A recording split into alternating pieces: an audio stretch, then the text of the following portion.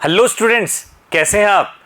आज हम डिस्कस कर रहे हैं केमिस्ट्री इनऑर्गेनिक का एक नेक्स्ट चैप्टर और ये है पी ब्लॉक एलिमेंट। इसको अगर हम कहें द पी ब्लॉक एलिमेंट जो ज़्यादा बेटर रहेगा। बहुत बड़ा चैप्टर है, इसमें 6 डिफरेंट एक तरह से हम कहें एक ही चैप्टर के 6 पार्ट्स हैं, ठीक है ना। 6 पार्ट्स ऑफ 1 चैप्टर। इसमें हम डिवाइड करते हैं, जितना भी पी ब्लॉक है इसको हम ग्रुप्स में डिवाइड करते हैं और उस ग्रुप का जो फर्स्ट मेंबर होता है उसी के अकॉर्डिंग उस पूरे ग्रुप की नेमिंग करते हैं, ठीक है दोस्तों। तो इसमें हम सबसे पहले डिस्कस कर रहे हैं जो पी ब्लॉक जहां से स्टार्ट होता है, जिसको हम कहते हैं 13th ग्रुप या फिर थर्ड ए ग्रुप, जो कि periodic table, modern periodic table का 13th ग्रुप है और मेंडलीफ पीरियोडिक टेबल का थर्ड ए ग्रुप है। सबसे फर्स्ट मेंबर जो इसका है वो है बोरोन, इसीलिए हमने इसका नाम रखा है बोरोन फैमिली। बोरोन फैमिली को लीड करता है बोरोन, जो ग्रुप में सबसे टॉप पर है। चलिए देखते हैं इसके बाकी मेंबर्स कौन कौन से हैं। तो यहां पर हम देखें इसके जो मेंबर्स हैं, boron, aluminium, gallium, indium and thallium, ठीक है ना। और इन सब का जो जनरल इलेक्ट्रॉनिक कॉन्फ़िगरेशन है वो है NS2N-P1, यानी जो आउटर मोस्ट सेल है इसके NS में 2 इलेक्ट्रॉन और P में 1 इलेक्ट्रॉन। और वैसे भी पी ब्लॉक एलिमेंट हम किसको कहेंगे, जिसमें लास्ट इलेक्ट्रॉन P सब सेल में एंटर करे। चलिए इसी सीरीज में हम नेक्स्ट पेज पर आते हैं और अगर हम यहां पर देखें जनरल पॉइंट्स हैं इसके, कुछ केमिकल एंड फिजिकल प्रॉपर्टीज हैं इसकी, एक एक करके हम सब डिस्कस करते हैं। सबसे पहले इसमें दे रखा है कि पेनल्टीमेट का मतलब जो जस्ट पहले, आउटर मोस्ट से जस्ट पहले वाला जो होगा उसमें 18 इलेक्ट्रॉन होते हैं थैलियम के अंदर। 18 इलेक्ट्रॉन थैलियम के अंदर, 18 यानी कि ये कहें हम एक तरह से जो इनर उसका सेल है वो फुलफिल्ड है। इसके बाद में anti penultimate shell of thallium has 32 electron. Anti penultimate यानी उससे जस्ट पहले वाला, ठीक है। इसमें थैलियम के बारे में कुछ पॉइंट्स दे रखे हैं। गैलियम, इंडियम, थैलियम, इन सब में 18 इलेक्ट्रॉन है पेनल्टीमेट सेल में। Boron and aluminium, boron and aluminium ये दो ऐसे एलिमेंट हैं जिनके जो पेनल्टीमेट में इलेक्ट्रॉन्स हैं वो हैं 4, ठीक है दोस्तों। सॉरी 2 इलेक्ट्रॉन्स है पेनल्टीमेट में। नेक्स्ट आते हैं हम 7.4% aluminium, the third most abundant element in earth crust. First तो आता है ऑक्सीजन, फर्स्ट पे तो ऑक्सीजन है, सेकंड पे सिलिकॉन है, सिलिका SiO2 में सिलिकॉन ऑक्सीजन होते हैं, और इसके बाद थर्ड जो है वो है एल्यूमिनियम। लेकिन अगर मेटल्स की बात की जाए तो मेटल में ये फर्स्ट पोजीशन पर आएगा, मेटल्स में ये फर्स्ट पोजीशन पर होगा। और यहां पर अगर हम देखें कि ऑक्सीजन 46.6, सिलिकॉन 27.7 और aluminium 7.4, most abundant metals. Next देखें, नेक्स्ट अगर हम बात करते हैं यहां पर melting point and boiling point की, तो दोस्तों जैसा हम जानते हैं melting point and boiling point bonding पर डिपेंड करेगा। यहां पर हम देखें जो बोरोन है ये, इसका मेल्टिंग पॉइंट बहुत हाई होता है, हार्डेस्ट होता है ये बोरोन, अगर हम बात करते हैं इस 13th ग्रुप की, ठीक है। और ड्यू टू पॉलीमर, बोरोन जो होता है पॉलीमेरिक फॉर्म में रहेगा, इस वजह से इसका बॉइलिंग पॉइंट बहुत ज्यादा मिलेगा, मेल्टिंग पॉइंट बहुत ज्यादा मिलेगा। अगर हम एक ग्रुप में एक जनरल डिस्कशन करें तो डाउन द ग्रुप जाते हैं तो यहां पर मेल्टिंग पॉइंट डिक्रीज होता है। और मेल्टिंग पॉइंट और बॉइलिंग पॉइंट का जो ऑर्डर है, अगर हम बॉइलिंग पॉइंट को देखें पहले, बोरोन, एल्यूमिनियम, इंडियम, थैलियम, यानी कंटिन्यूअस डिक्रीज हो रहा है। लेकिन मेल्टिंग पॉइंट की बात करें तो मेल्टिंग पॉइंट में एल्यूमिनियम तक डिक्रीज होता है, उसके बाद ये इंक्रीज होता चला जाता है मेल्टिंग पॉइंट। ये डिपेंड करता है मेटेलिक कैरेक्टर्स पर, मेटेलिक कैरेक्टर। नेक्स्ट है इसके बाद में गैलियम जो होता है लीस्ट मेल्टिंग पॉइंट होता है, ऑलमोस्ट लिक्विड होता है गैलियम, ठीक है। इन सब में ऑलमोस्ट लिक्विड होता है ये। नेक्स्ट, इसलिए इसका हम बॉइलिंग पॉइंट भी चेक नहीं करते हैं क्योंकि ऑलरेडी रूम टेम्परेचर पर liquid. Gallium exist in liquid state. Gallium is the only element in periodic table which can exist in liquid state over large range of temperature. बहुत large temperature तक ये liquid का liquid बना रहता है, ठीक है। इसीलिए इसका यूज हम किस में कर सकते हैं, इसका यूज हम थर्मामीटर्स में कर सकते हैं, मरकरी के जैसे, ठीक है।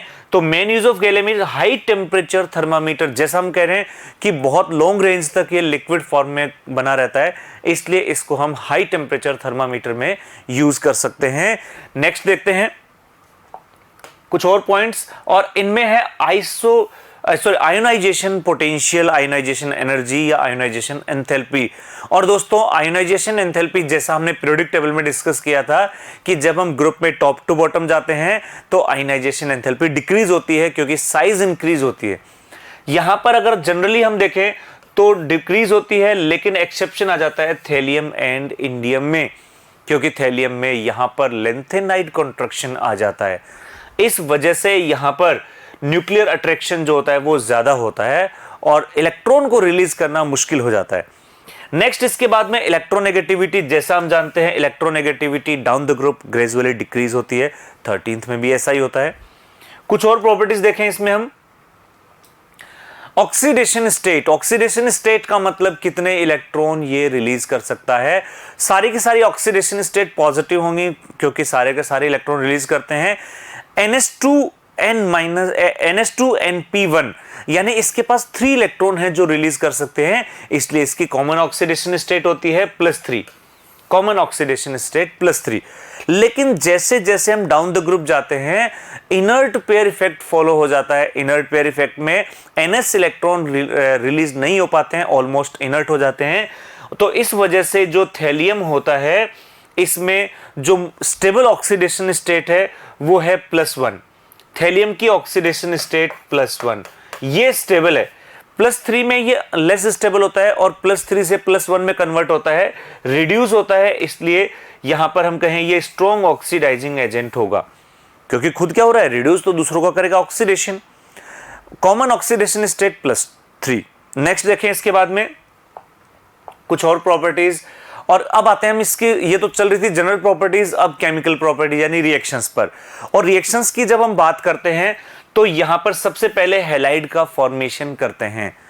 हैलाइड, हैलोजन के साथ में रिएक्शन, और हैलाइड जो होते हैं वो वैलेंसी पे डिपेंड करते हैं। तो यहां वैलेंसी 3 थी तो ये ट्राई हैलाइड बनेंगे, जनरली ट्राई हैलाइड। लेकिन थैलियम जो होता है ये मोनोहैलाइड भी बनाएगा थैलियम।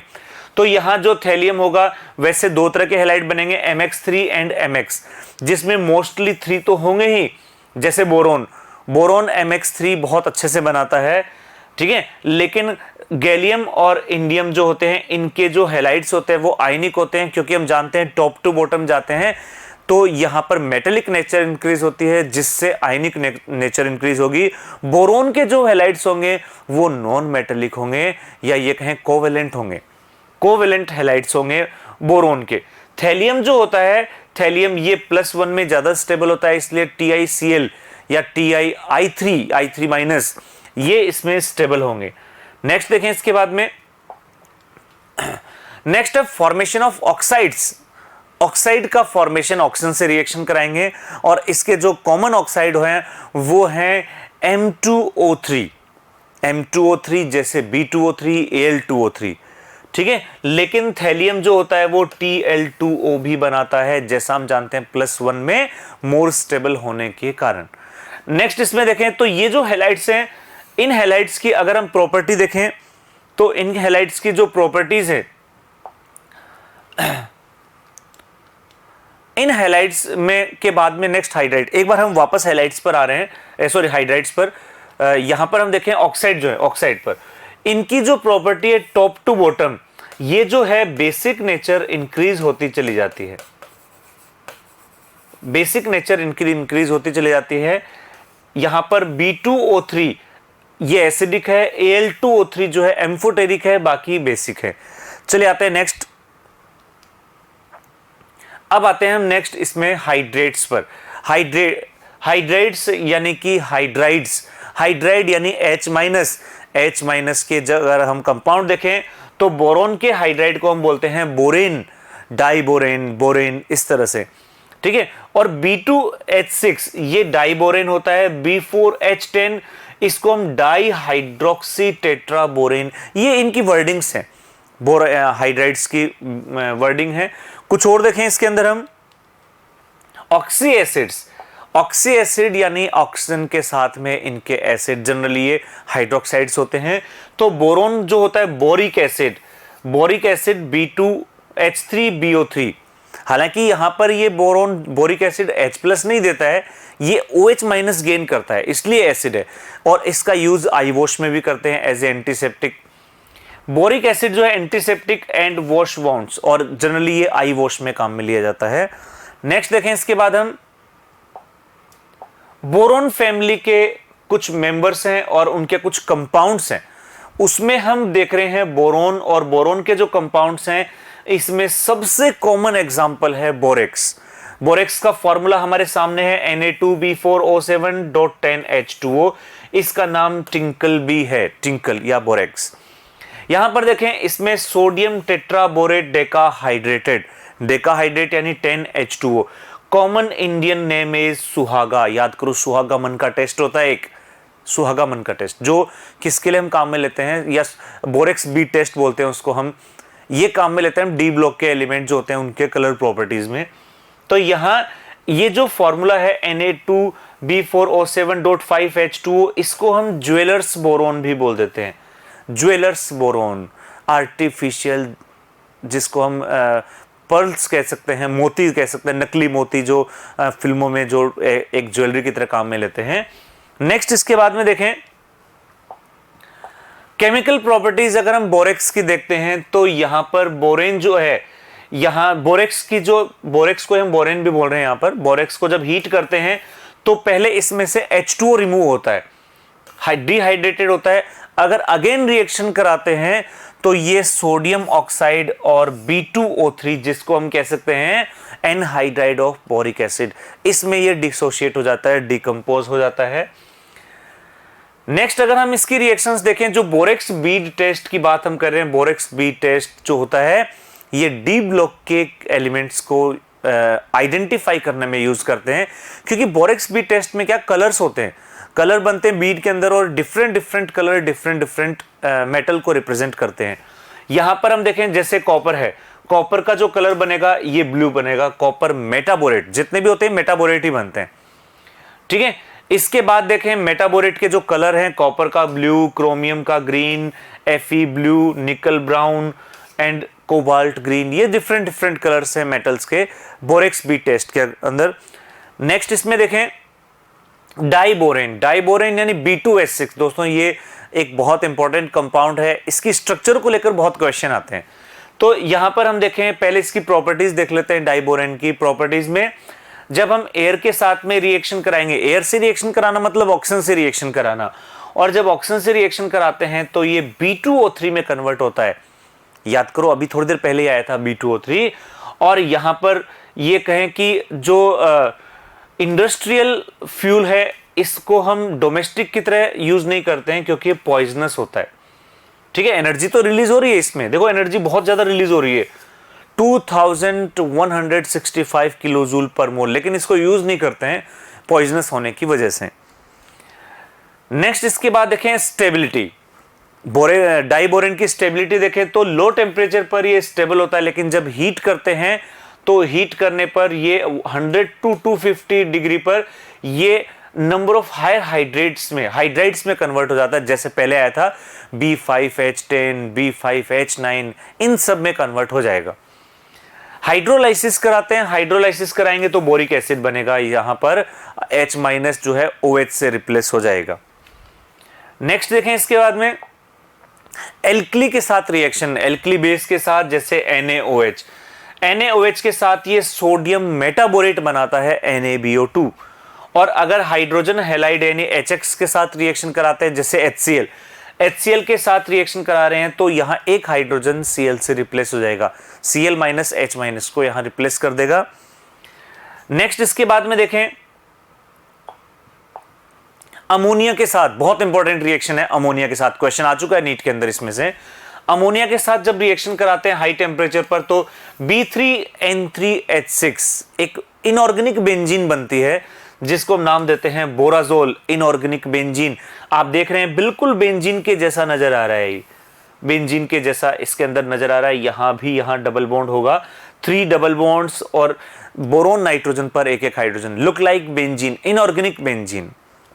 नेक्स्ट देखें इसके बाद में हम, तो बोराजोल जो है इसको हम इनऑर्गेनिक बेंजीन भी बोलते हैं क्योंकि इसकी स्ट्रक्चर, इसका रेजोनेंस बिल्कुल बेंजीन की तरह है। इसको अगर हम बेंजीन से कंपेयर इसलिए कर रहे हैं, लेकिन अगर हम स्टेबिलिटी की बात करें तो बेंजीन जो बोराजोल के कंपैरिजन में लेस स्टेबल है और मोर रिएक्टिव है नाइट्रोजन की वजह से। नाइट्रोजन मोर रिएक्टिव होगा यहां पर। नेक्स्ट इसके बाद देखें डाइबोरेन की स्ट्रक्चर, जैसे हमने कहा था इसकी स्ट्रक्चर को लेकर बहुत क्वेश्चन आते हैं। बनाना बॉन्ड बनता है इसमें, बनाना बॉन्ड, ये जो यहां जो बॉन्ड बन रहा है इस बॉन्ड को हम नाम दे देते हैं बनाना बॉन्ड, बनाना बॉन्ड।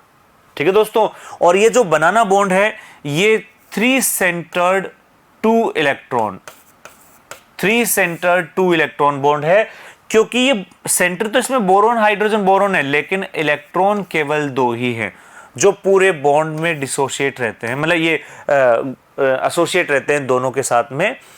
हाइब्रिडाइजेशन देखें तो बोरोन का जो हाइब्रिडाइजेशन है वो sp3 होता है।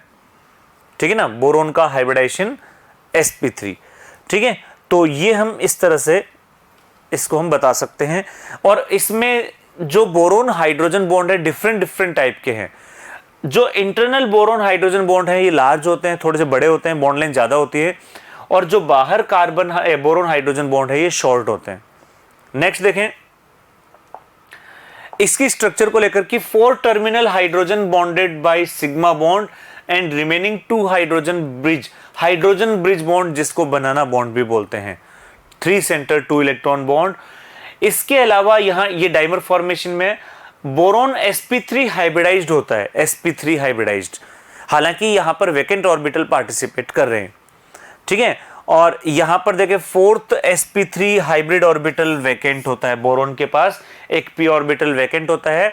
और हमने हाइब्रिडाइजेशन में पढ़ा था कि वैकेंट ऑर्बिटल भी हाइब्रिडाइजेशन में पार्टिसिपेट कर सकते हैं। नेक्स्ट देखें इसके बाद में H3BO3 boric acid. Boric acid की बात अगर हम करें तो बोरिक एसिड की प्रिपरेशन कैसे करते हैं, बोरेक्स के साथ में। बोरेक्स को कंसंट्रेटेड H2SO4 से रिएक्शन कराएंगे एक्वस मीडियम में, तो यहां पर सोडियम सल्फेट बनेगा, साथ में बोरिक एसिड बन जाएगा। एक इसका और भी होता है कॉलमनाइट, और कॉलमनाइट क्या होता है, calcium borohydride, sorry calcium borax कह सकते हैं इसको। तो यहां पर जो कॉलमनाइट है इसमें सल्फर के साथ रिएक्शन कराएंगे, कैल्शियम हाइड्रोजन सल्फेट बनेगा, सल्फाइट बनेगा, कैल्शियम बाइसल्फाइट भी कह सकते हैं, और साथ में बोरिक एसिड का फॉर्मेशन हो जाएगा। नेक्स्ट इसके बाद देखें प्रॉपर्टीज, बोरिक एसिड की जो प्रॉपर्टीज हैं, तो यहां पर एसिडिक नेचर क्यों होती है, क्योंकि ये एक OH, जैसे यहां पर देखो ये OH गेन करता है, और OH गेन करने की वजह से यहां पर ये एसिड है, H+ नहीं देता है, यानी ये प्रोटिक एसिड नहीं है, ये OH- गेन करने की वजह से एसिड है। इसके बाद नेक्स्ट देखें action of heat. Action of heat की बात करते हैं H3BO3 में। H3BO3 जब इसको 100 डिग्री सेंटीग्रेड पर हीट करते हैं तो मेटाबोरिक एसिड में कन्वर्ट होता है, HBO2 मेटाबोरिक एसिड। और मेटाबोरिक एसिड को अगेन हीट करते हैं यहां पर हम मोर देन 100 डिग्री सेंटीग्रेड पर, तो ये H2B4O7 में कन्वर्ट हो जाता है। और अगर रेड हीट यानी बहुत ज्यादा हीट करते हैं तो ये boron try oxide anhydride of boric acid में कन्वर्ट हो जाएगा। एक्शन ऑफ हीट देखा हमने। यूजेज अगर हम देखें तो इसका एक यूज हम पहले देख चुके हैं कि एंटीसेप्टिक और आई वॉश की तरह इसको यूज करते हैं। लेदर इंडस्ट्री में इसका यूज होता है। ग्लास एंड इनेमल्स, ग्लास जैसे हमने कहा बोरेक्स बीड, कलरफुल बीड बनते हैं इससे, तो बोरेक्स ग्लास बनाने में हम इसका यूज करते हैं। नेक्स्ट देखें इसके बाद में स्ट्रक्चर। और स्ट्रक्चर में क्या होता है कि इसमें हाइड्रोजन बॉन्डिंग होती है। हाइड्रोजन बॉन्डिंग होने की वजह से sp3 हाइब्रिडाइजेशन तो होता है, और ये जो यूनिट्स हैं ये प्लेनर ट्रायंगुलर होता है, ठीक है। और हाइड्रोजन बॉन्डिंग के थ्रू ये 2 डायमेंशनल शीट में कन्वर्ट हो जाता है बोरिक एसिड। हाइब्रिडाइजेशन sp2 रहेगा बोरोन का। नेक्स्ट इसके बाद हम देखें ये तो थे बोरोन के कंपाउंड्स। अब आते हैं हम एल्यूमिनियम के कंपाउंड्स पर। एल्यूमिनियम के कंपाउंड्स में हम देख रहे हैं कुछ Al2O3 जिसका नाम एल्यूमिना भी है, एल्यूमिनियम ऑक्साइड भी है, कोरेंडम भी है, कोरेंडम ये भी इसका एक नेम है। और प्रिपरेशन करते हैं एल्यूमिनियम को डायरेक्ट ऑक्सीजन के साथ रिएक्शन करा दो, एल्यूमिनियम ऑक्साइड बन जाएगा। एल्यूमिनियम हाइड्रोक्साइड को हीट कर दो, एल्यूमिनियम नाइट्रेट को हीट कर दो, या एल्यूमिनियम फ्लोराइड की रिएक्शन बोरिक एसिड से करा दे, तो यहां पर इन सभी केसेस में एल्यूमिना का फॉर्मेशन हो जाएगा। नेक्स्ट इसके बाद देखें एलम। एलम एल्यूमिनियम के सॉल्ट्स हैं, सल्फेट सॉल्ट्स हैं, और एलम्स जो होते हैं वो डबल सल्फेट होते हैं। याद करो हमने कोऑर्डिनेशन कंपाउंड में देखा था कि जो डबल सॉल्ट होते हैं सिंपल सॉल्ट और कॉम्प्लेक्स सॉल्ट में कन्वर्ट किया था। यहां एलम जो होगा ये कंप्लीटली आयनाइज होता है। तो यहां पर हम देखें फॉर्मूला जो एलम का है M2SO4 M2SO4 होल थ्राइस, ठीक है। M2 1 का मतलब है इसमें वैलेंसी 1 होगी, और ये M2 यानी यहां जो वैलेंसी होगी ये 2, ये जो होगा M मोनोवेलेंट, और M1 ये ट्राइवेलेंट होगा, M1 ट्राइवेलेंट और M2 जो है M जो है ये मोनोवेलेंट। इसका एक एग्जांपल से समझते हैं इसको। एग्जांपल M जो लेंगे हम सोडियम पोटेशियम अमोनियम ये सब लेंगे, और M1 या M डैश कह सकते हैं इसको ट्राइवेलेंट में एल्यूमिनियम क्रोमियम आयरन +3। नेक्स्ट देखें इसके अंदर डिफरेंट टाइप के एलम्स हैं, और डिफरेंट टाइप के एलम में सबसे पहले पोटास एलम जिसमें मोनोवेलेंट पोटेशियम होगा, अमोनियम एलम जिसमें मोनोवेलेंट अमोनियम होगा, और आयरन एलम जिसमें आयरन होगा साथ में, ठीक है। इसमें से जो पोटास एलम, क्रोम एलम जिसमें क्रोमियम होगा, पोटास एलम में एल्यूमिनियम होता है, बाकी अमोनियम में एल्यूमिनियम होता है, क्रोम और आयरन ये ट्राइवेलेंट के बेसिस पर ही इनकी नेमिंग की गई है, ठीक है दोस्तों। तो ये थे डिफरेंट टाइप के एलम्स, और ये था पी ब्लॉक का फर्स्ट पार्ट बोरोन फैमिली। इसके बाद हम सेकंड पार्ट लेंगे carbon family. Thank you students.